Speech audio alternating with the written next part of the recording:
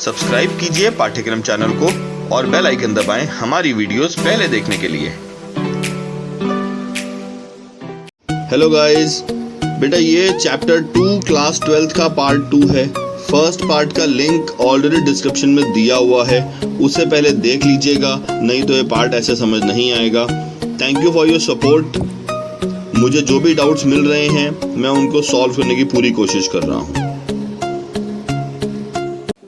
Hello guys, बेटा आज जो हमारे पास पार्ट आ रहा है वो है chapter electrostatic potential and capacitance का पार्ट 2। ये सेकेंड चैप्टर है क्लास 12 फिजिक्स का। इसका हम पार्ट 2 आज आपके पास लेके आए हैं। पार्ट 2 की शुरुआत करने के लिए जो पहला टॉपिक हम ले रहे हैं that is relation between electric potential and electric field. Relation between electric field and electric potential. बेटा आप इलेक्ट्रिक फील्ड के बारे में जानते हैं, इलेक्ट्रिक पोटेंशियल के बारे में जानते हैं, इन दोनों में रिलेशन क्या है, what is the relation between these two. तो आइए इसको एक बार स्टडी करते हैं। अब देखते हैं, हमने मान लिया कि मेरे पास एक सोर्स चार्ज आ रहा है यहां पर Q, that is a source charge at a particular distance R। मेरे पास एक इंफिनिटी से चार्ज आ रहा था और वो अभी इस पॉइंट तक पहुंचा है Q0। लेट्स से दैट हम मान लेते हैं कि हमारे पास इसका स्मॉल डिस्प्लेसमेंट है dr vector. Small displacement is dr vector here. आपको ध्यान का देना है, जो स्मॉल डिस्प्लेसमेंट dr वेक्टर आपके पास है, इन दैट केस यहां पर जो इलेक्ट्रिक फील्ड है, इलेक्ट्रिक फील्ड आउटवर्ड डायरेक्शन में होगी। That is definitely due to this Q। ये कैपिटल Q की वजह से है, ड्यू टू Q। यहां पर एक फोर्स भी आएगी सेम डायरेक्शन में, और फोर्स का फॉर्मूला हो जाएगा Q0 इंटू में E वेक्टर। ये मेरे पास इसके अंदर फोर्स का फॉर्मूला आ जाता है। ठीक है, अब निकालते हैं small work done. F dr that will B F dr cos 180, क्योंकि आप देख पा रहे हैं dr वेक्टर और ये F वेक्टर के बीच का जो एंगल है वो 180 डिग्री है। cos 180 माइनस होता है बेटा, F की वैल्यू इंपुट कर देते हैं, Q0 E dr -1 साथ में cos 180 की जगह। अब अगर मैं इस Q0 को नीचे लेके जाता हूं dw अपॉन Q0, तो ये मुझे रिप्रेजेंट करेगा स्मॉल पोटेंशियल डिफरेंस, यानी कि इन दोनों पॉइंट्स के बीच में जो स्मॉल पोटेंशियल डिफरेंस है dv वो रिप्रेजेंट होगा यहां पर। इसको हम dv लिख देंगे, that will be equal to minus E dr। इसके वजह से हम लिख सकते हैं माइनस dv बाई dr। इसका मतलब क्या होता है? अब देखो, इससे हमें दो चीजें पता लग रही हैं। एक तो ये नेगेटिव साइन हमारे पास आ रहा है, और एक ये डिफरेंशिएशन मेरे पास है, रेशियो मेरे पास आ रहा है। दोनों का मतलब देख लेते हैं एक बार। नेगेटिव साइन का मतलब है that electric field is in direction of decreasing potential.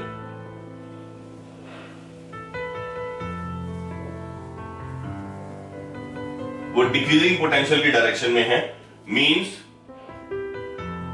From high potential to low potential. इसका मतलब क्या हुआ? नेगेटिव का मतलब यही हुआ that इलेक्ट्रिक फील्ड की डायरेक्शन जो है वो हाई पोटेंशियल से लो पोटेंशियल की तरफ है।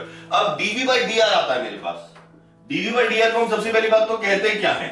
हम कहते हैं इसे पोटेंशियल ग्रेडियंट। हम इसे पोटेंशियल ग्रेडियंट कहते हैं। क्यों? ग्रेडियंट का मतलब क्या होता है? ग्रेडियंट का मतलब होता है change with time, change with distance. Distance में हमारे पास वर्ड आता है ग्रेडियंट, पोटेंशियल ग्रेडियंट। इसको आप ये भी कह सकते हो that change of potential per unit distance. ये भी मेरे पास आ सकता है। ठीक है, अब आप देखेंगे एक चीज, जो ओवरऑल इलेक्ट्रिक फील्ड बन गई मेरे पास, ये मेरे पास कहलाएगी नेगेटिव पोटेंशियल ग्रेडियंट।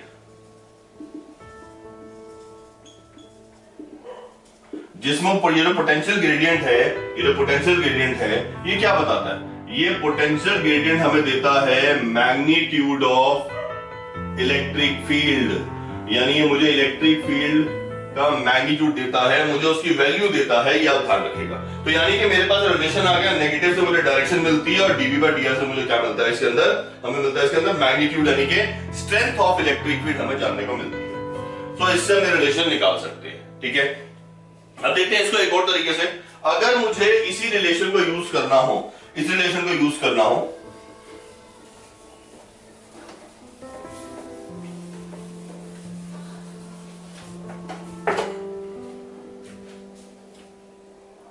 अगर मुझे फाइंड करना है इसके अंदर पोटेंशियल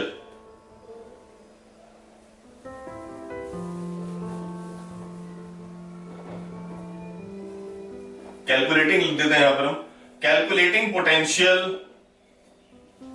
यूजिंग इलेक्ट्रिक फील्ड। हमें पोटेंशियल कैलकुलेट करना है इलेक्ट्रिक फील्ड को यूज करके, हमें पोटेंशियल कैलकुलेट करना है। मेरा बेटा रिलेशन क्या है? रिलेशन मेरे पास ये है, dV/dr इज माइनस साथ में इलेक्ट्रिक फील्ड, ये मेरे पास आ रहा है बेटा। देखो इलेक्ट्रिक फील्ड वेक्टर क्वांटिटी है, तो हम वेक्टर रिप्रेजेंट कर देते हैं।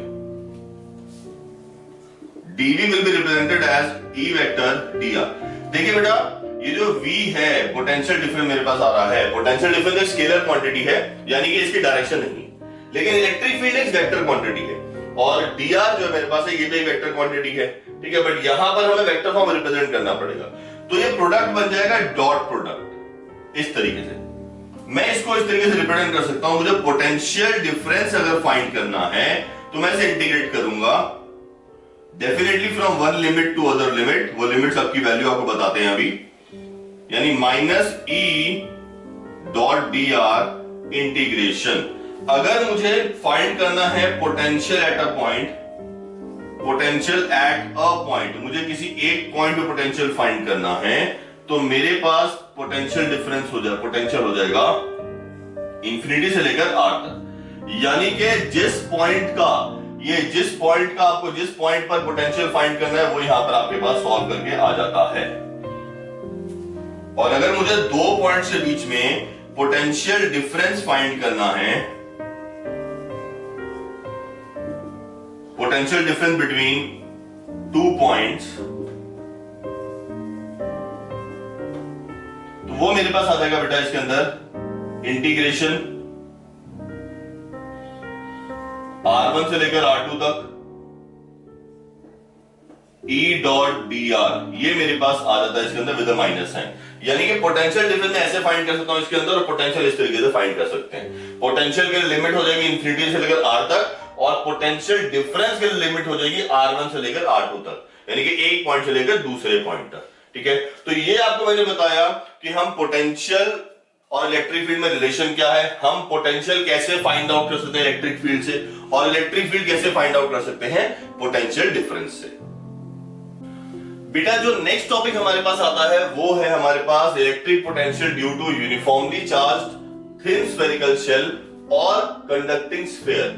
अब बच्चे सबसे पहले पूछते हैं बेटा, आप लोग मेरे से पूछोगे सर स्फीयर और शेल सेम थोड़ी ना होता है। बेटा कंडक्टिंग स्फीयर और हम शेल की बात जब कर रहे हैं दोनों सेम होते हैं। कैसे? क्योंकि दोनों पर जो चार्ज है वो सिर्फ सरफेस पे एग्जिस्ट करता है, चार्ज अंदर एग्जिस्ट नहीं कर सकता। कंडक्टिंग स्फीयर की बात कर रहा हूं मैं, इंसुलेटिंग पे तो एग्जिस्ट करता है, कंडक्टिंग की बात कर रहे हैं सिर्फ सरफेस पे एग्जिस्ट करेगा। एक बार डायग्राम देखते हैं बेटा इसका। ये हमने स्फीयर ड्रॉ कर दिया या शेल, इनके सरफेस पर ही चार्ज रहेगा, ये आपको ध्यान देना है। रेडियस इसका कैपिटल आर। अब अंदर जो इलेक्ट्रिक फील्ड है वो जीरो होती है, सरफेस पे जो इलेक्ट्रिक फील्ड है वो होती है के क्यू अपॉन में आर स्क्वायर, वेयर इसका चार्ज जो है वो क्यू है। और अगर बाहर किसी डिस्टेंस हम स्मॉल आर पे लेते हैं तो इलेक्ट्रिक फील्ड हमारे पास आती है के q by small r square. Okay, हम बात कर रहे हैं पोटेंशियल की, पोटेंशियल इनसाइड द स्फीयर के। अगर हम पोटेंशियल इनसाइड की बात करते हैं तो बेटा मेरे पास एक फॉर्मूला आता है minus dV by d r, जो हमने अभी थोड़ी देर पहले पढ़ा था, इक्वल टू इलेक्ट्रिक फील्ड। अगर इलेक्ट्रिक फील्ड जीरो है मेरे पास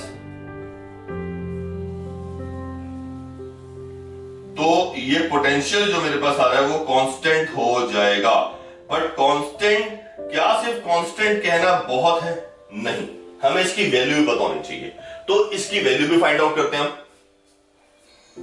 सबसे पहले हम क्या लेंगे, हमने एक स्मॉल एलिमेंट ले लिया इसका dq, इसे आप सिग्मा dA के बेस पर डिफाइन कर सकते हो। और जो सिग्मा है ये आपके पास आती है सरफेस चार्ज डेंसिटी, जिसका यूनिट हमारे पास होता है कूलम पर मीटर स्क्वायर। अब इसकी बात करते हैं बेटा। मैंने सबसे पहले सेंटर पे इस dq की वजह से पोटेंशियल ले लिया dv। dv is potential at due to dq। इसका फॉर्मूला हो जाएगा k dq अपॉन में r। ओके, अब आप क्या ध्यान देंगे इसके अंदर, आपका फॉर्मूला आ गया चीज, टोटल पोटेंशियल का आप इंटीग्रेट कर देंगे इसको। सो k अपॉन r इंटीग्रेशन में dq। dq स्मॉल चार्ज है, जो टोटल चार्ज है वो हो जाएगा q। सो k q अपॉन r मेरे पास आ गया इसकी वैल्यू। यानी कि अंदर से लेकर इस सरफेस तक, सेंटर से लेकर सरफेस तक पोटेंशियल की वैल्यू हमारे पास k q अपॉन r रहेगी। क्लियर? अब हम एक बार यही चीज इस सिग्मा के बेस पे भी करते हैं, क्योंकि दोनों तरीके से आपको आ सकता है। हो सकता है क्वेश्चन में आपसे बोला जाए कि सिग्मा सरफेस चार्ज डेंसिटी है, ऐसे भी तो पॉसिबल है ना कि आपको सिग्मा सरफेस चार्ज डेंसिटी दे दी जाए और तब आपको बोला जाए कि भैया आप सॉल्व करो, तो आपके पास चॉइस बच नहीं जाती। तो आपको दोनों मेथड में बता रहा हूं कैसे करना है। इसका एक और मेथड देखिए, ये देखिए बेटा, अगेन हमने dv मान लिया small potential, k dq upon में r। अब dq हम पुट करेंगे sigma dA, k sigma dA upon में r। सिग्मा क्या होता है? सिग्मा होता है चार्ज अपॉन में टोटल एरिया। तो ये मेरे पास सिग्मा आ गया, ये वैल्यू पुट कर देते हैं, k q dA अपॉन में 4 पाई r क्यूब, 4 पाई r स्क्वायर और साथ में r मल्टीप्लाई करके मेरे पास 4 पाई r क्यूब होगा। टोटल पोटेंशियल को इंटीग्रेट करेंगे,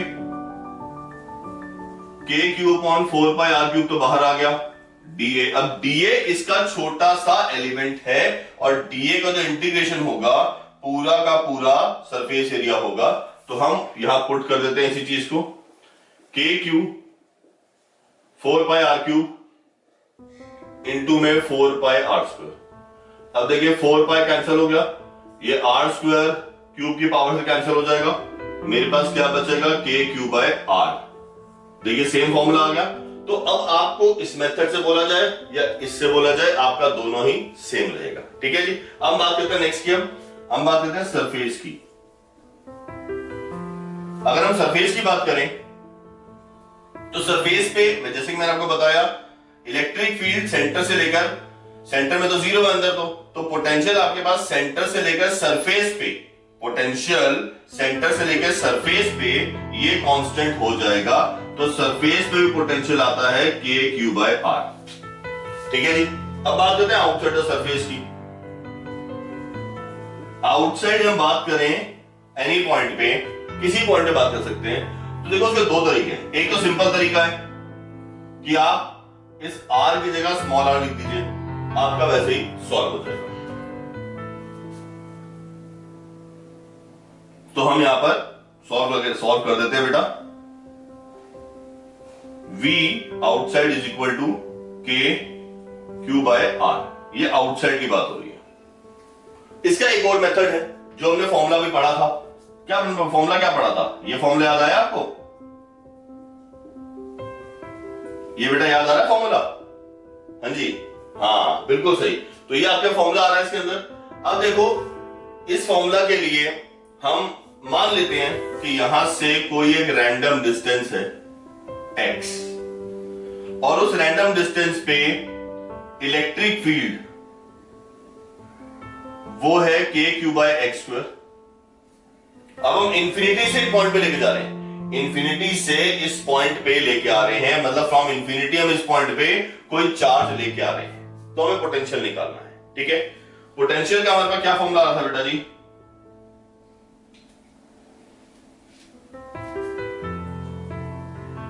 माइनस ई की जगह मेरे पास आ जाएगा के क्यू बाई एक्स स्क्वायर और साथ में dx। इस dr की जगह आ जाएगा dx वेक्टर, क्योंकि ऑपोजिट डायरेक्शन में जो रहेगा मेरे पास वो रहेगा dx वेक्टर। dx वेक्टर रहेगा मेरे पास ऑपोजिट डायरेक्शन में, क्योंकि फाइनली आ कहां रहा है? इंफिनिटी से आ रहा है ना, तो डायरेक्शन तो ऑपोजिट है ही है।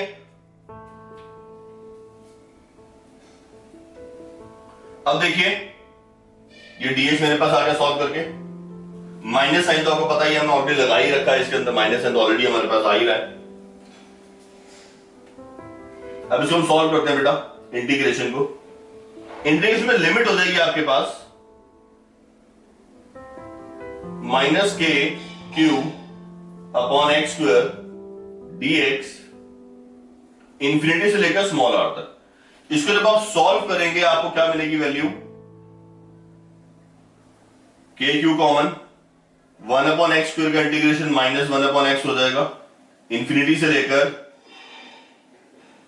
आर तक। तो आपके पास क्या आएगा? देखो माइनस माइनस प्लस हो गया, v बच जाएगा के क्यू अपॉन में आर। ये v मेरे पास बच जाएगा के क्यू अपॉन में आर। ये v मेरे पास क्या आ जाएगा? के क्यू अपॉन में स्मॉल आर। तो ये मेरे पास आ गया इसके बारे में। अब अगर बेटा इसका ग्राफ की बात करते हैं,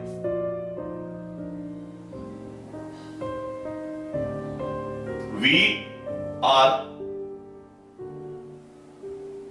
इसका ग्राफ कुछ इस तरीके से रहेगा। क्यों? सेंटर से रेडियस तक तो कांस्टेंट वैल्यू है जिसको हमने मार्क कर दिया के क्यू अपॉन कैपिटल आर।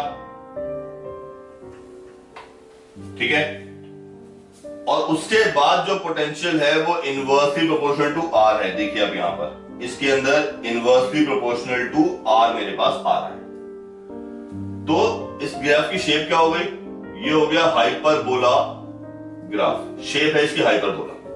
ये मेरे पास का ग्राफ आता है, सेंटर से रेडियस तक तो बिल्कुल कांस्टेंट है और उसके बाद हाइपरबोला में डिक्रीज कर रहा है। ठीक है, तो ये हमारे पास आ गया इसके अंदर electric potential due to uniformly charge spherical shell और कंडक्टिंग स्फीयर इनसाइड पे, सरफेस पे और आउटसाइड पे। मैंने आपको तीनों चीजें बता दी है इसके अंदर। यार अब हम पढ़ते हैं इसके अंदर यूनिट्स के बारे में। पोटेंशियल का फॉर्मूला हमने पढ़ लिया, ये था पोटेंशियल का फॉर्मूला। इलेक्ट्रिक फील्ड का फॉर्मूला क्या आपका था? dv by dr। और यहां से हमने पोटेंशियल का भी निकाल लिया था minus E vector dot dr vector का इंटीग्रेशन हम ये कर सकते थे इसके अंदर। ठीक है, तो हमने इंटीग्रेशन में निकाल लिया ऑलरेडी, हमने इंटीग्रेशन भी ऑलरेडी फाइंड कर लिया। अब बात करते हैं इस फॉर्मूला के बेस पे यूनिट्स की। इलेक्ट्रिक फील्ड का एसआई यूनिट जो है वो ऑलरेडी न्यूटन पर कूलम है, और इस फॉर्मूला के बेस पे क्या बन जाएगा? वो बन जाएगा प्रैक्टिकल यूनिट। बात देखिए, volt per metre, 1 newton per coulomb is equal to 1 volt per metre. ये आपको ध्यान रखना, ये इसका प्रैक्टिकल यूनिट आ गया। क्वेश्चन आता है कि प्रैक्टिकल यूनिट ये क्यों है, हमें प्रैक्टिकल यूनिट की जरूरत क्यों पड़ी? बेटा प्रैक्टिकल लेवल पे, एक्सपेरिमेंटल लेवल पे ना तो आपके पास न्यूटन एग्जिस्ट करता है, ना ही कूलम एग्जिस्ट करता है। ना तो आप 1 न्यूटन फोर्स को मेजर कर पाओगे, वो भी एक कंडक्टर के अंदर। मतलब हमें कंडक्टर के अंदर जाके फोर्स मेजर करनी है, विच इज इम्पॉसिबल टास्क है। और कंडक्टर के अंदर ही चार्ज भी मेजर करना है, मुझे क्या पता कितने एग्जैक्टली फ्री इलेक्ट्रॉन्स हैं। तो हम उसकी जगह तरीका यूज करते हैं कि हम एक 1 मीटर वायर लेते हैं। ये मैंने 1 मीटर वायर ली और इसको मैंने कनेक्ट कर दिया एक बैटरी से जिसका पोटेंशियल डिफरेंस 1 वोल्ट है। अब जो यहां पर इलेक्ट्रिक फील्ड आएगी वो आएगी 1 वोल्ट पर मीटर, सिंपल सी बात है, और वो 1 न्यूटन पर कूलम के इक्वल होगी। तो देखो कितना आसान तरीका बन गया करने का। इसीलिए हमें प्रैक्टिकल यूनिट की जरूरत पड़ती है। ऐसा यूनिट हर बार इसी तरीके से काम में नहीं आता। ओके, तो ये तो आपका यूनिट, इलेक्ट्रिक फील्ड का यूनिट हमारे पास हो गया। अब जो नेक्स्ट हमारे पास आता है बेटा जी, वो हमारे पास है इक्विपोटेंशियल सरफेस। आइए हम बात करते हैं इक्विपोटेंशियल सरफेस की। देखिए इक्वी पोटेंशियल सरफेस नाम से पता लग रहा है इक्वल पोटेंशियल वाला सरफेस।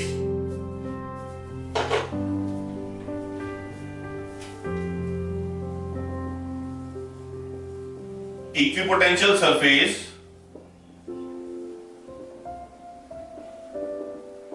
And its properties. बेटा ये नेम से पता लग रहा है इक्विपोटेंशियल का मतलब क्या होता है, इक्वल पोटेंशियल। ठीक है, क्या मतलब होता है इसका, इक्वल पोटेंशियल।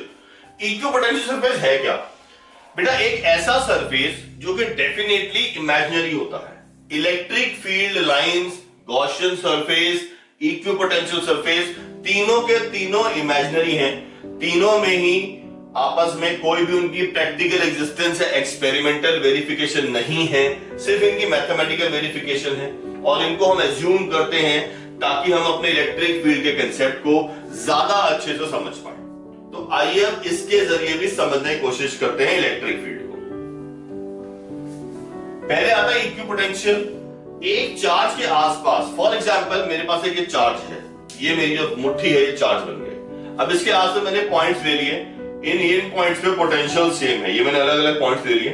अब मैं जब सारे पॉइंट्स को ज्वाइन कर दूंगा तो मेरे पास एक सरफेस बन जाएगा। मैंने स्टार्टिंग में क्या कहा था, इन सब पॉइंट्स पे पोटेंशियल सेम है। क्या है, पोटेंशियल सेम है। तो ये जो सरफेस बना ये कहलाएगा इक्विपोटेंशियल सरफेस। अब क्वेश्चन ये आता है कि क्या हम इन सरफेस के बारे में पहले पढ़ चुके हैं और हमें पता न लगाओ? यस, हम इनके बारे में पढ़ चुके हैं। अभी तक जो टॉपिक आपने पढ़े हैं उनमें से मैं कुछ टॉपिक्स आपके सामने लेके आऊंगा तो आप समझेंगे कि इक्विपोटेंशियल था कहां। आइए डिस्कस करते हैं। बेटा डायपोल याद है, ये वाला डायपोल जिसमें हमने इक्वेटोरियल लाइन पे पोटेंशियल निकाला था, यहां से डिस्टेंस लिया था, दैट दिस इज आर, ये ए, और ये मेरे पास y बन गया था। इस y को हमने कहा था रूट में r square plus a square. याद आया? हाँ, याद आ रहा होगा अब तो आपको। तो हमने क्या पढ़ा था, दैट इक्वेटोरियल लाइन पे पोटेंशियल क्या होता है, जीरो होता है। तो ये जो इक्वेटोरियल लाइन है क्या बन गया, पोटेंशियल, इक्विपोटेंशियल सरफेस बन गया। यानी कि पहला मेरे पास एग्जांपल आया equatorial line. Equatorial line is equipotential surface for dipole. Dipole के लिए ये इक्विपोटेंशियल सरफेस बन गया। अब दूसरे एग्जांपल की बात करते हैं। अभी हमने बेटा एक स्फेरिकल शेल स्टडी किया था। बेटा हमने अभी एक स्फेरिकल शेल स्टडी किया था। हमने स्फेरिकल शेल में क्या कहा था कि सरफेस पे पोटेंशियल कांस्टेंट है Q/R, capital R, where R is the radius। ठीक है, तो ये जो सरफेस है ये भी बन गया इक्विपोटेंशियल सरफेस। बेटा पोटेंशियल तो इसके अंदर भी कांस्टेंट होता है ना, पोटेंशियल तो इसके अंदर भी कांस्टेंट होता है। तो क्या इसके अंदर के सारे सरफेस इक्विपोटेंशियल सरफेस है? हाँ, जैसे मर्जी बना लो। ये मैंने बना दिया, ये बना दिया, ये दोनों भी मेरे पास इक्विपोटेंशियल सरफेसेस में काउंट होंगे, क्योंकि अंदर तो पोटेंशियल हर जगह कांस्टेंट है ना। तो इस पे भी इक्विपोटेंशियल सरफेस कांस्टेंट होगा, नो मैटर क्या शेप आ रही है हमारे पास। स्क्वायर बना लो, ट्रायंगल बना लो, ये लो मैंने ट्रायंगल बना दिया, ये एक लाइन बना दी हमने, रेक्टेंगल बना दिया, सर्कल बना दिया, जो मर्जी शेप ले लो, उन सब पे जो है इक्विपोटेंशियल सरफेस ही कहा जाएगा। उन सबको क्यों कहा जाएगा? क्योंकि उन सब पे पोटेंशियल कांस्टेंट है एक स्फीयर के अंदर, चार्ज स्फीयर के अंदर। तो मेरे पास इक्विपोटेंशियल सरफेस का एग्जांपल हो गया। एक पॉइंट चार्ज के लिए आपको दिखाता हूं मैं, ये पॉइंट चार्ज हो गया। इसके आसपास आपने एक गॉसियन सरफेस लिया था, हाइपोथेटिकल था, बट चलो मैं कोई और रैंडम सरफेस मान लेता हूं। ये पॉइंट चार्ज है। ये तो दूसरा एग्जांपल हो गया। तीसरा एग्जांपल देखो, ये पॉइंट चार्ज आ गया इक्वल डिस्टेंस पर। इक्वल डिस्टेंस पर हमें पता है इक्वल डिस्टेंस पे पोटेंशियल Q/R ही होगा। तो ये जो स्फीयर है, स्फेरिकल सरफेस आउटसाइड Q, और ये Q क्या है? पॉइंट चार्ज है। Q at centre, Q centre में होना चाहिए, तो वो भी इक्विपोटेंशियल सरफेस का ही एग्जांपल है। मैंने आपको 3 ऐसे एग्जांपल बताए जो आप ऑलरेडी पढ़ चुके हैं, ठीक है, और ये इक्विपोटेंशियल सरफेस है। अब हम आगे स्टडी करते हैं कि इक्विपोटेंशियल सरफेस की प्रॉपर्टीज क्या होती है। What are the properties? There are 4 properties overall. देखते हैं बेटा। अब बेटा 4 प्रॉपर्टीज है, इन प्रॉपर्टीज का हम एक एक करके प्रूफ भी करेंगे, प्रूफ भी हमें करना है साथ साथ। तो हम प्रॉपर्टी स्टडी करेंगे और साथ में उनका प्रूफ भी करेंगे। तो बेटा फर्स्ट प्रॉपर्टी जो मेरे सामने आती है वो कहती है that work done to move a charge on equipotential surface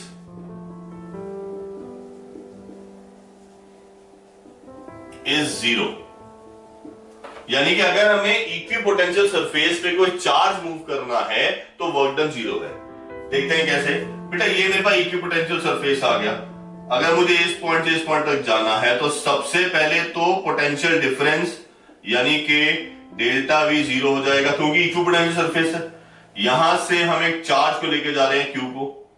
work done होता है Q इंटू में डेल्टा वी। डेल्टा वी तो 0 है, तो वर्क डन भी क्या हो गया मेरे पास? 0। तो ये तो हो गया इसका प्रूफ, ठीक है। दूसरी प्रॉपर्टी मेरे पास आती है। दूसरी प्रॉपर्टी क्या कहती है? दैट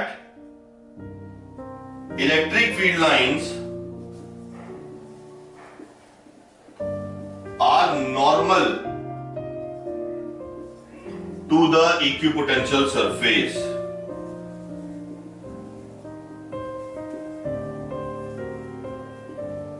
इक्विपोटेंशियल सरफेस के नॉर्मल है यानी कि परपेंडिकुलर है। आइए इसका भी प्रूफ देखते हैं एक बार। अब देखिए, सबसे पहले मान लेते हैं कि मेरे पास एक सरफेस है ये, और हमने इसके ऊपर एक टेंजेंट ड्रॉ कर दिया। ये इसका टेंजेंट हो गया। यहां पर इस पॉइंट पे, पॉइंट ऑफ कांटेक्ट पर, हमने इलेक्ट्रिक फील्ड मान ली एट सम एंगल थीटा। अगर इलेक्ट्रिक फील्ड थीटा पर है तो इसके 2 कंपोनेंट होंगे। एक तो होगा टेंजेंट के लॉन्ग E cos थीटा, और एक होगा परपेंडिकुलर E sin थीटा। अब क्वेश्चन हमारे पास क्या आता है? If E cos theta exist, अगर ये कंपोनेंट एग्जिस्ट कर रहा है, then there must be some work to be done to move charge on surface। तो इसका मतलब अगर ये E cos थीटा एग्जिस्ट कर रहा है तो मुझे चार्ज को मूव करने के लिए कोई ना कोई वर्क डन तो करना ही पड़ेगा। बट यहां हमने भी क्या प्रूव किया? इक्विपोटेंशियल सरफेस पे वर्क डन क्या है? 0 है। 0 है, 0 है, तो इसका मतलब ये स्टेटमेंट क्या हो गई? कॉन्ट्राडिक्टरी हो गई। यानी कि E cos थीटा जो है बट वर्क डन इज 0, तो E cos थीटा हो गया 0। बेटा जी E तो 0 हो नहीं सकता, तो क्या बचेगा? cos theta 0। अगर cos थीटा 0 है तो थीटा हो जाएगा 90। यानी कि मेरे पास ये भी प्रूव हो गया कि जो इलेक्ट्रिक फील्ड हमेशा परपेंडिकुलर ही होगी सरफेस के, इक्विपोटेंशियल सरफेस के, ठीक है। अब हमारे पास आता तीसरा पॉइंट। तीसरा पॉइंट क्या कहता है आपका? तीसरी property, that equipotential surfaces can not intersect each other. भैया इक्विपोटेंशियल सरफेस इंटरसेक्ट नहीं कर सकते किसी को भी। कैसे नहीं कर सकते? देखिए इधर, मान लीजिए मेरे पास 2 सरफेस आ गए इक्विपोटेंशियल। अब एज पर द डेफिनेशन हमने जो स्टडी किया, इलेक्ट्रिक फील्ड परपेंडिकुलर हो जाएगी। ये फर्स्ट सरफेस, ये सेकंड सरफेस, ये इधर इसके परपेंडिकुलर हो गए E2। यानी कि एक पॉइंट पे मेरे पास V1 भी है और V2 भी है। 2 पोटेंशियल आ गए। इलेक्ट्रिक फील्ड 1 भी है और इलेक्ट्रिक फील्ड 2 भी है, which is definitely not possible. ये पॉसिबल नहीं है हमारे पास। तो इसका मतलब क्या हो गया? Equipotential surfaces can not intersect each other for a given charge, यानी एक गिवन चार्ज के लिए and for any charge distribution, किसी भी चार्ज डिस्ट्रीब्यूशन के लिए इंटरसेक्ट नहीं करेंगे। क्यों? अगर इंटरसेक्ट करेंगे तो at that point there will be two directions of electric field and two potentials which is not possible at all, जो बिल्कुल भी पॉसिबल नहीं है। यानी एक पॉइंट पे दो इलेक्ट्रिक फील्ड की डायरेक्शंस होना और पोटेंशियल्स होना पॉसिबल नहीं है। अगेन पॉसिबल नहीं है एक चार्ज के लिए, एक चार्ज की बात कर रहे हैं। अगर दो चार्जेस हैं तो हमने फर्स्ट चैप्टर में स्टडी किया था कि दो चार्जेस अगर हैं, दो अलग अलग चार्जेस हैं, तो उनके लिए इलेक्ट्रिक फील्ड लाइंस इंटरसेक्ट कर सकती हैं। ठीक है, अगर दो चार्जेस मान लो आते हैं तो क्या इक्विपोटेंशियल सरफेसेस भी इंटरसेक्ट कर सकते हैं? आंसर इज नो, नहीं कर सकते। तो क्या होगा?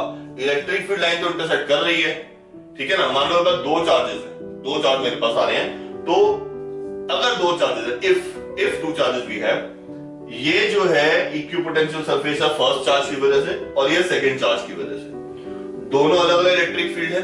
तो जो नेट इलेक्ट्रिक फील्ड मेरे पास आ जाएगी, नेट इलेक्ट्रिक फील्ड इनके बीच में रिजल्टेंट होगी, इनका रिजल्टेंट बन जाएगी। क्या बन जाएगी? इनका रिजल्टेंट। ठीक है, तो पोटेंशियल्स में क्या होगा? सरफेस में क्या होगा? इक्विपोटेंशियल सरफेस में क्या होगा? इक्विपोटेंशियल सरफेसेस अपनी शेप को मॉडिफाई कर लेंगे, शेप को चेंज कर लेंगे। कैसे करेंगे वो हमने इसके बाद अभी पैटर्न्स पढ़ेंगे ना, तो आपको अच्छे से समझ आएगा कि कैसे शेप चेंज करते हैं, मॉडिफाई करते हैं। ठीक है, बट फिलहाल के लिए हम फोर्थ प्रॉपर्टी पे जाते हैं। फोर्थ प्रॉपर्टी क्या कहती है? Relative closeness between equipotential surfaces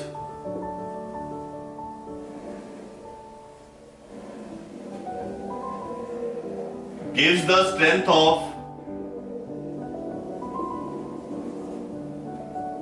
electric field. किस तरीके से? मान लो मैंने सरफेसेस ड्रॉ कर लिए, ये मेरे पास एक इक्विपोटेंशियल सरफेस आ गया, ये दूसरा सरफेस आ गया, ये तीसरा सरफेस आ गया और ये चौथा सरफेस आ गया। यहां जो इलेक्ट्रिक फील्ड है वो E1 है, इधर इलेक्ट्रिक फील्ड E2 है और इधर इलेक्ट्रिक फील्ड E3 है। आप देखेंगे ये जो डिस्टेंस है R1, this distance is R2 and this distance is R3। ये डिस्टेंसेस मेरे पास आ रहे हैं। By the formula dv by dr minus dv by dr, बेटा माइनस में डायरेक्शन के लिए ना, माइनस डायरेक्शन के लिए हम मैग्नीट्यूड की बात कर रहे हैं। dv by dr होता है मैग्नीट्यूड, ओनली मैग्नीट्यूड, वैल्यू की बात कर रहे हैं। नेगेटिव इज फॉर डायरेक्शन, ये नेगेटिव डायरेक्शन के लिए होता है। देखिए अब हम मान लेते हैं कि बेटा ये आपके पास मान लो इसकी वैल्यू 5 वोल्ट है, इसकी 10 वोल्ट है, इसकी 15 वोल्ट और इसकी 20 वोल्ट है। यानी कि तीनों में पोटेंशियल डिफरेंस जो है 5 वोल्ट एंड 5 वोल्ट आ रहा है, यानी पोटेंशियल डिफरेंस तो कांस्टेंट होगा। ठीक है, तो इलेक्ट्रिक फील्ड का जो मैग्नीट्यूड है वो डिस्टेंस पर डिपेंड करेगा इनवर्सली। डिस्टेंस R1 जो है कम है, R2 ज्यादा है और R3 और ज्यादा है। इसका मतलब R3 ज्यादा है तो इलेक्ट्रिक फील्ड वीक हो जाएगी, यहां थोड़ी स्ट्रांग होगी और यहां पे और ज्यादा स्ट्रांग होगी। तो इस तरीके से हमने क्या देखा कि how the closeness of potential surfaces, ये first surface, second, third, fourth, how the closeness of surfaces affect the electric field. Surfaces जितने पास होंगे उतनी स्ट्रांग इलेक्ट्रिक फील्ड आएगी और जितने दूर होंगे for the same potential difference, उतनी इलेक्ट्रिक फील्ड वीक आएगी। तो यानी कि क्लोजनेस से हमें इलेक्ट्रिक फील्ड स्ट्रेंथ पता लग जाती है। ठीक है, तो बेटा इक्विपोटेंशियल सरफेस का इंपॉर्टेंस क्या हुई? दो इंपॉर्टेंस मेरे पास आ गई, ध्यान दो सिग्निफिकेंस मेरे पास आ गई है। अगर हम इसकी सिग्निफिकेंस की बात कर रहे हैं तो सिग्निफिकेंस मेरे पास दो आ रही है, मतलब इक्विपोटेंशियल सरफेस पढ़ रहे हैं, दो आ रही हैं। एक तो हमारे पास आया डायरेक्शन कि भैया ये डायरेक्शन ऑफ इलेक्ट्रिक फील्ड के बारे में बताता है, और दूसरा मेरे पास आया इसके अंदर मैग्नीट्यूड ऑफ इलेक्ट्रिक फील्ड, ये इलेक्ट्रिक फील्ड के मैग्नीट्यूड के बारे में भी बताता है। डायरेक्शन तो हमने देख लिया, नॉर्मल होती है, परपेंडिकुलर होती है, और हमारे पास आ गया इसके अंदर साथ में क्लोजनेस का मतलब, नेगेटिव का मतलब क्या हुआ? हाई टू लो पोटेंशियल होती है, और dV/dr से क्या पता लगा कि रिलेटिव क्लोजनेस से स्ट्रेंथ पता लगती है। जितने पास पास होंगे इक्विपोटेंशियल सरफेसेस उतनी ही इलेक्ट्रिक फील्ड ज्यादा स्ट्रॉन्ग हमें मिलेगी इसके अंदर। और ये हमारे पास आता है equipotential surfaces and its properties. तो यहां पर हमने प्रॉपर्टीज 4 पढ़ी। इन 4 प्रॉपर्टीज को अपने दिमाग में अच्छे से बिठा लीजिए, बहुत इंपॉर्टेंट है ये, ठीक है। अब हम बात करते हैं इसके अंदर इक्विपोटेंशियल सरफेसेस के पैटर्न्स की। डिफरेंट पैटर्न्स हमारे पास आते हैं बेटे। अगर हम बात करते हैं पैटर्न ऑफ इक्विपोटेंशियल सरफेसेस की, तो हमारे पास सबसे पहले आता है इसके अंदर जो हम कहेंगे पॉइंट चार्ज। सबसे सिंपल पॉइंट चार्ज होता है हमारे पास। ये देखिए, सबसे पहले हमारे पास आ गया पॉइंट चार्ज। पॉइंट चार्ज आपका प्लस भी हो सकता है, माइनस भी हो सकता है, हम दोनों के लिए स्टडी करेंगे। ये मैंने प्लस चार्ज बना दिया और साथ में हमने एक गैप पर माइनस चार्ज भी ड्रॉ कर दिया। सबसे पहले हमें चाहिए इलेक्ट्रिक फील्ड लाइंस। हम ड्रॉ करेंगे इलेक्ट्रिक फील्ड लाइंस का पैटर्न। इलेक्ट्रिक फील्ड लाइंस के पैटर्न से हम इक्विपोटेंशियल सरफेस की शेप को आसानी से समझ सकते हैं।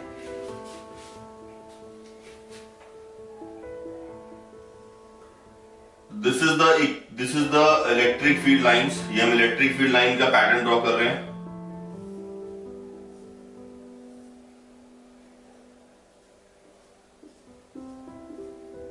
प्लस के लिए आउटवर्ड इलेक्ट्रिक फील्ड होती है,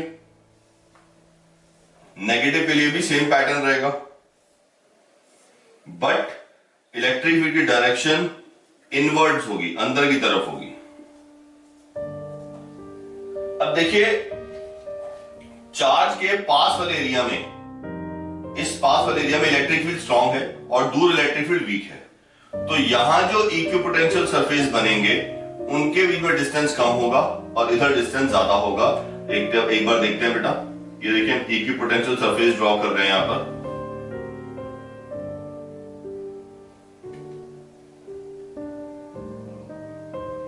इक्विपोटेंशियल सरफेसेस के बीच में इधर तो डिस्टेंस कम है और धीरे धीरे डिस्टेंस बढ़ता जा रहा है और अब डिस्टेंस और ज्यादा बढ़ गया। इससे मुझे क्या शो होता है कि चार्ज के पास वाले इस वाले एरिया में इलेक्ट्रिक फील्ड स्ट्रांग है और इधर इलेक्ट्रिक फील्ड वीक है, ठीक है। सेम बात करते हैं हम नेगेटिव चार्ज के लिए। नेगेटिव चार्ज के लिए भी जो इक्विपोटेंशियल सरफेसेस इसके नियर बाय एरिया में हैं, उनके बीच में डिस्टेंस तो कम होगा, धीरे धीरे डिस्टेंस बढ़ता जाएगा। अब और ज्यादा डिस्टेंस आ जाएगा हमारे पास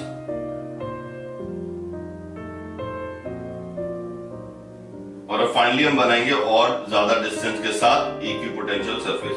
तो हम देख पा रहे हैं जो सरफेसेस हैं इनकी जो शेप है वो हमारे पास आ रही है बेसिकली, और आई विल से सिमेट्री जो आ रही है आपके पास, that we will call it as spherical symmetry.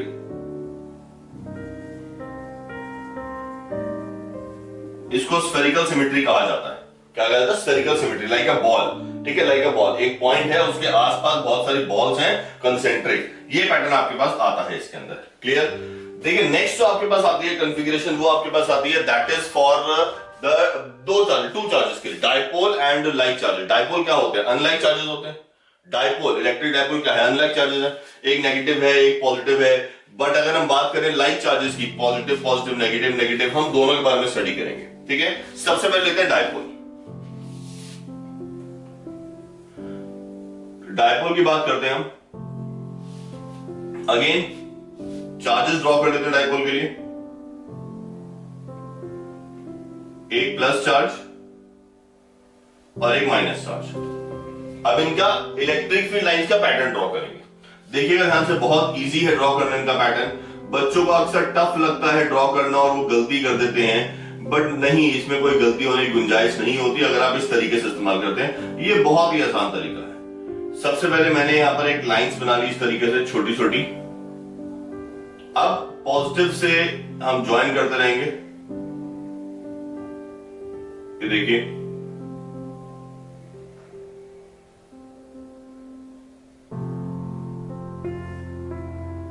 ये देखिए बेटा, ये लाइंस हम ड्रॉ करते जा रहे हैं इस तरीके से। और इससे ड्रॉ करनी आपके लिए आसान भी रहती है। This is the easiest way to make it.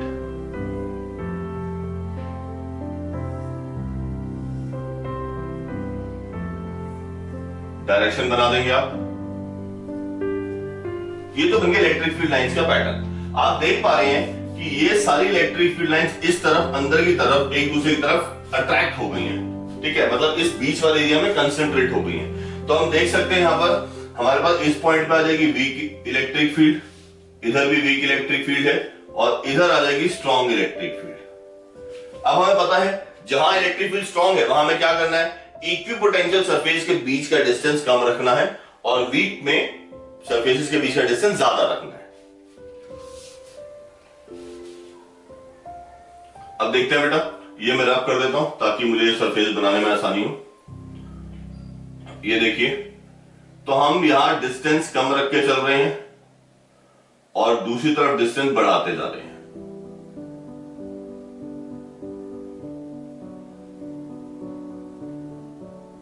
आप ये देखिए शेप को, यू कैन सी दैट इस पोर्शन में डिस्टेंसेस कम है इक्विपोटेंशियल सरफेस के बीच में और दूसरी तरफ डिस्टेंसेस हमारे पास ज्यादा आ रहे हैं। यहां डिस्टेंसेस कम और इधर डिस्टेंसेस ज्यादा आ रहे हैं। सेम यहां पर भी हम करेंगे।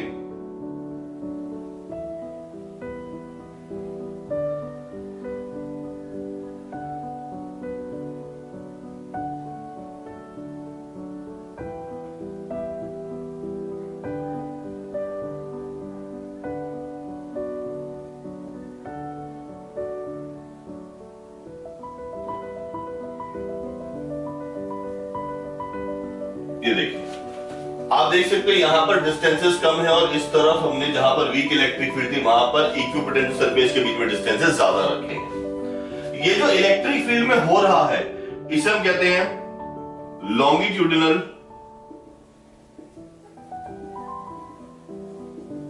Contraction of electric field lines. यानी कि लाइंस का एक्चुअली दूर दूर जाना था पर एक दूसरे के पास आ गई। देखो पास आ गई है, कॉन्ट्रैक्ट हो गई है। तो इसका मतलब यहां पर हमारे पास क्या हो रहा है, दिस शोज द अट्रैक्शन। जब ऐसा होता तो हमें अट्रैक्शन शो करता है कि अट्रैक्शन हो रही है। ओके, अब इसकी ना सिमेट्री बनेगी। देखो ये स्फीयर है, ये भी एक स्फीयर है। अगर मैं इनको ज्वाइन कर देता हूं तो मेरे पास आ जाएगी इसके अंदर सिलिंड्रिकल सिमेट्री। मेरे पास सिलिंड्रिकल सिमेट्री इसकी आ जाएगी। ठीक है, तो सिलिंड्रिकल सिमेट्री आ गई हमारे पास इसकी। आप ध्यान दीजिएगा क्यों आई, क्योंकि यहां पर दो बॉल्स हैं, एक स्फीयर दूसरा स्फीयर एक सिलेंडर के अंदर रख सकते हैं। अगर याद हो तो कॉस्को की बॉल भी ऐसे ही सप्लाई होती है। कॉस्को बॉल आपने खेली होगी, लेदर बॉल भी आपने खेली होगी। हम कॉस्को बॉल की बात करते हैं जो टेनिस बॉल होती है, ग्रीन कलर की, लाइट ग्रीन कलर की, पैरेट कलर की। एक डब्बा होता है, उसके अंदर 5-6 बॉल्स होती हैं, तो वो सिलिंड्रिकल सिमेट्री आ रही है। ये एग्जांपल बेस्ट है इस सिमेट्री को समझने के लिए। अब हमारे पास तीसरी चीज आती है, दैट इज लाइक चार्जेस। अब बात करते हैं हम लाइक चार्जेस की। डियर, अगर हम बात करें लाइक चार्जेस की तो इसमें पॉजिटिव भी होता है और नेगेटिव भी होता है। तो हमने सबसे पहले तो पॉजिटिव चार्जेस 2 ड्रॉ कर दिए। अब हम ड्रॉ करेंगे इसका इलेक्ट्रिक फील्ड पैटर्न। अगेन जैसे कि मैंने आपको बताया था, इलेक्ट्रिक फील्ड बनाने के लिए सबसे पहले आप छोटे छोटे यहां पर लाइंस की शुरुआत जो स्टार्टिंग होती है वो मार्क कर लीजिए। इससे आपको मार्क करना आसान रहता है। ये देखिए,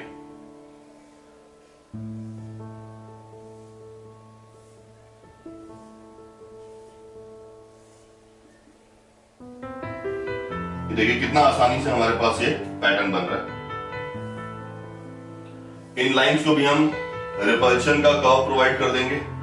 इस रिपल्शन के कर्व का भी एक स्पेशल नेम हमारे पास आता है जो आपको बताया जाएगा। ये जो लाइन शो कर रहा है बेटा, ये अब रिपेल कर रही है, इधर उधर टेढ़ी मेढ़ी जा रही है, कर्व हो रही है, इसे हम कहते हैं lateral expansion of electric field lines. ये इलेक्ट्रिक फील्ड लाइंस का लेटरल एक्सपेंशन है। क्या है ये? लेटरल एक्सपेंशन, यानी साइड में एक्सपैंड हो रही है। अब देखो बीच वाला जो पोर्शन है यहां पर इलेक्ट्रिक फील्ड वीक हो गई है और इधर स्ट्रॉन्ग है और इधर भी स्ट्रॉन्ग है, क्योंकि electric field lines right side left side ज्यादा है, बीच में कम है, इसको रब कर देते हैं हम। अब पैटर्न ड्रॉ करते हैं। जिस तरफ इलेक्ट्रिक फील्ड लाइंस स्ट्रांग होती हैं या इलेक्ट्रिक फील्ड स्ट्रांग होती है, वहां पर पोटेंशियल के बीच का डिस्टेंस कम होता है और दूसरी जगह पोटेंशियल के बीच का डिस्टेंस ज्यादा होता है। ये देखिए, इस तरफ डिस्टेंस कम है, इधर डिस्टेंस ज्यादा है। सेम हम यहां ड्रॉ करेंगे, इधर भी हमारे पास यही आ गया।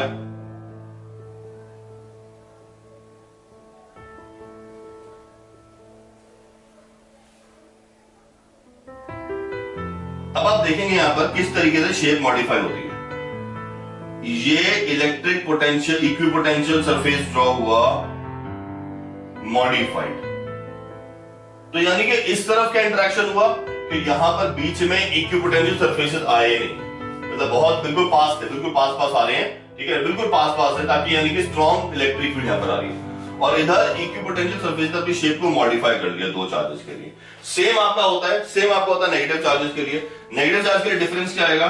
नेगेटिव चार्ज के लिए आपको बताते हैं, इसमें पॉजिटिव के लिए हमने नेगेटिव बना दिया और हमें क्या करना है, डायरेक्शन ऑफ इलेक्ट्रिक फील्ड को चेंज करना है।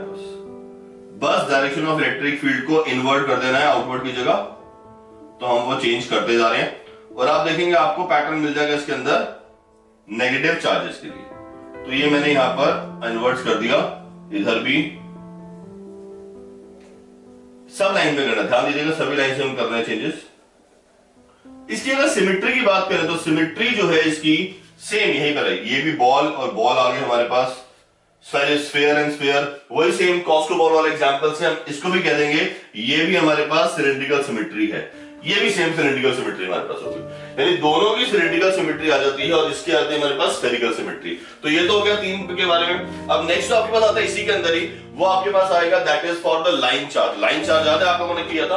अगर हम लाइन चार्ज की बात करते हैं तो आपके पास एक लेट से मान लेते हैं कॉपर वायर है, यूनिफॉर्मली चार्ज है, इनफाइनाइटली लॉन्ग मतलब बहुत लंबी है, उसका हम एक छोटा सा पार्ट ले लेते हैं और उसके लिए हम ड्रॉ करेंगे इसके अंदर इक्विपोटेंशियल सरफेसेस। तो सबसे पहले तो हमें लेनी पड़ेगी इसके अंदर wire, that is the fourth part, uniformly charged,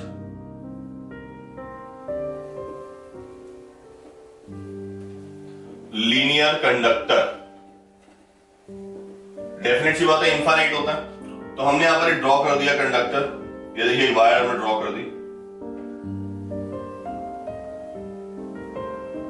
इस वायर को बाय डिफॉल्ट हमने पॉजिटिव चार्ज दिया है और इस वायर की जो एक्सटेंशन है वो एक्सटेंशन हमारे पास आती है दैट इज टिल इंफिनिटी। ये डॉटेड लाइंस यही शो करते हैं कि इसकी जो एक्सटेंशन है वो इंफिनिटी तक हमारे पास आ रही है। अब ड्रॉ करेंगे इलेक्ट्रिक फील्ड लाइंस का पैटर्न एज यूजुअल।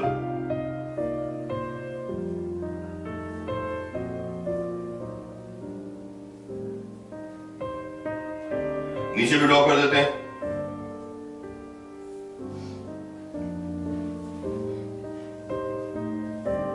अगर इसको हम मार्क करते हैं इक्विपोटेंशियल सरफेस को अगर हम ड्रॉ करना चाहें, सो इक्विपोटेंशियल सरफेस इधर तो आ जाएगा सर्कुलर एक पॉइंट के आसपास, इधर भी आ जाएगा सर्कुलर,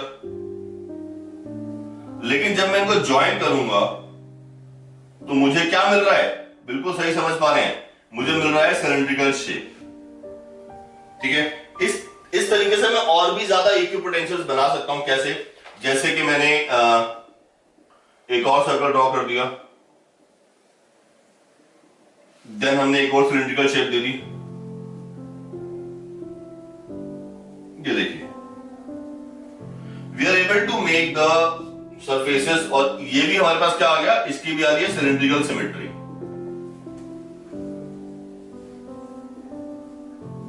ऊपर तो इलेक्ट्रिक फील्ड से नीचे नहीं जा सकती, ठीक है, तो हमने बाहर की तरफ आउटवर्ड डायरेक्शन में शो करी है। ब्लैक जो है आउटवर्ड डायरेक्शन के लिए, ये बन गया यूनिफॉर्मली चार्ज कंडक्टर के लिए इक्विपोटेंशियल सरफेसेस। अब आपका जो नेक्स्ट आता है दैट इज फॉर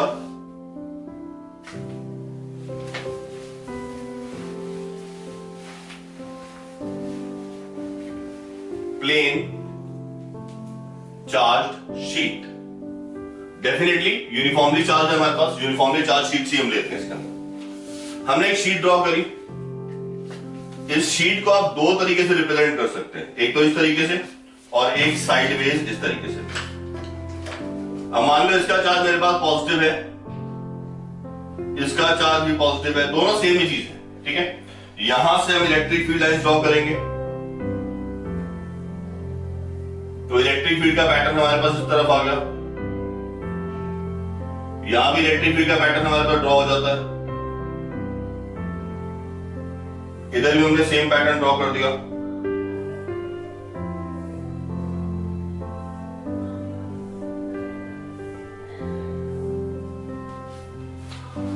अब जो इक्विपोटेंशियल सरफेस बनेगा, डेफिनेट सी बात है, इसका मतलब है uniform electric field. Uniform electric field का मतलब क्या है? Same potential difference for same distance. R is the distance and V is the potential difference. तो हमने यहां पर सरफेसेस ड्रॉ कर दिए, तो यहां पर हमने सरफेसेस ड्रॉ कर दिए। अब इस सरफेसेस हमने यहां भी ड्रॉ कर देंगे, सरफेसेस इधर भी। इन सरफेसेस के बीच में हमारे पास जो पोटेंशियल डिफरेंस है, यानी कि जो डिस्टेंस है, ये R रहेगा, सेम डिस्टेंस रहेगा और पोटेंशियल डिफरेंस भी सेम हमारे पास आएगा। यहां हम सरफेस को कैसे रिप्रेजेंट करेंगे? इस तरीके से। These are the surfaces. इधर हमारे पास जो डिस्टेंस आ रहे हैं, ये डिस्टेंसेस, ये सारे डिस्टेंस सेम है, और इधर भी हमारे पास सारे डिस्टेंसेस सेम आ रहे हैं, और इनके बीच में पोटेंशियल डिफरेंस भी सेम है, क्योंकि ये है यूनिफॉर्म इलेक्ट्रिक फील्ड। तो ये भी V, सारे पोटेंशियल डिफरेंसेस मेरे पास सेम आ गए।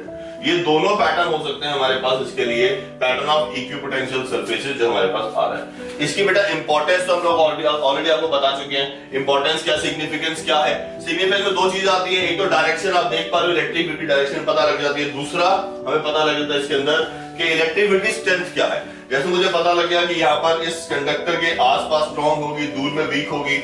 यहाँ पर मुझे पता लगा यूनिफॉर्म है, यानी कि कांस्टेंट इलेक्ट्रिक फील्ड आ रही है। तो इस तरीके से इनकी इंपॉर्टेंस हमारे सामने आती है। तो ये आपके पास होगा हमारे पास इक्विपोटेंशियल सरफेसेस। सेकंड पार्ट में हमने क्या किया? सेकंड पार्ट में हम लोगों ने बेसिकली इक्विपोटेंशियल सरफेसेस के बारे में सारा स्टडी किया है, उनकी प्रॉपर्टीज स्टडी की है, और मैं स्फेरिकल शेल के बारे में भी डिस्कस किया है, मैं भूल गया था बताना।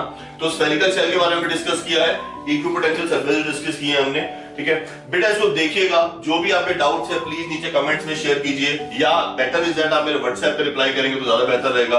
Please send on my WhatsApp number, video के स्टार्टिंग में भी है और नीचे डिस्क्रिप्शन में भी दिया हुआ है। I would love to solve your doubts, and मैं कोशिश भी कर रहा हूं आप लोगों के डाउट सॉल्व करने के लिए। Please like, subscribe and share my channel, this video, and thank you so much जो भी आपने मुझे सपोर्ट दिखा रहे हैं सब्सक्राइबर्स। प्लीज प्लीज प्लीज अपना सपोर्ट दिखाते रहिए और आगे शेयर कीजिए वीडियोस को, ताकि सब बच्चों को बेनिफिट हो। Thank you, thank you, thank you, and bye bye for this video. अगर आपको हमारी ये वीडियोस पसंद आई हो, so do like and share with your friends, ताकि उन्हें भी इसका बेनिफिट हो। Subscribe my channel and press the bell icon. Ding Dong.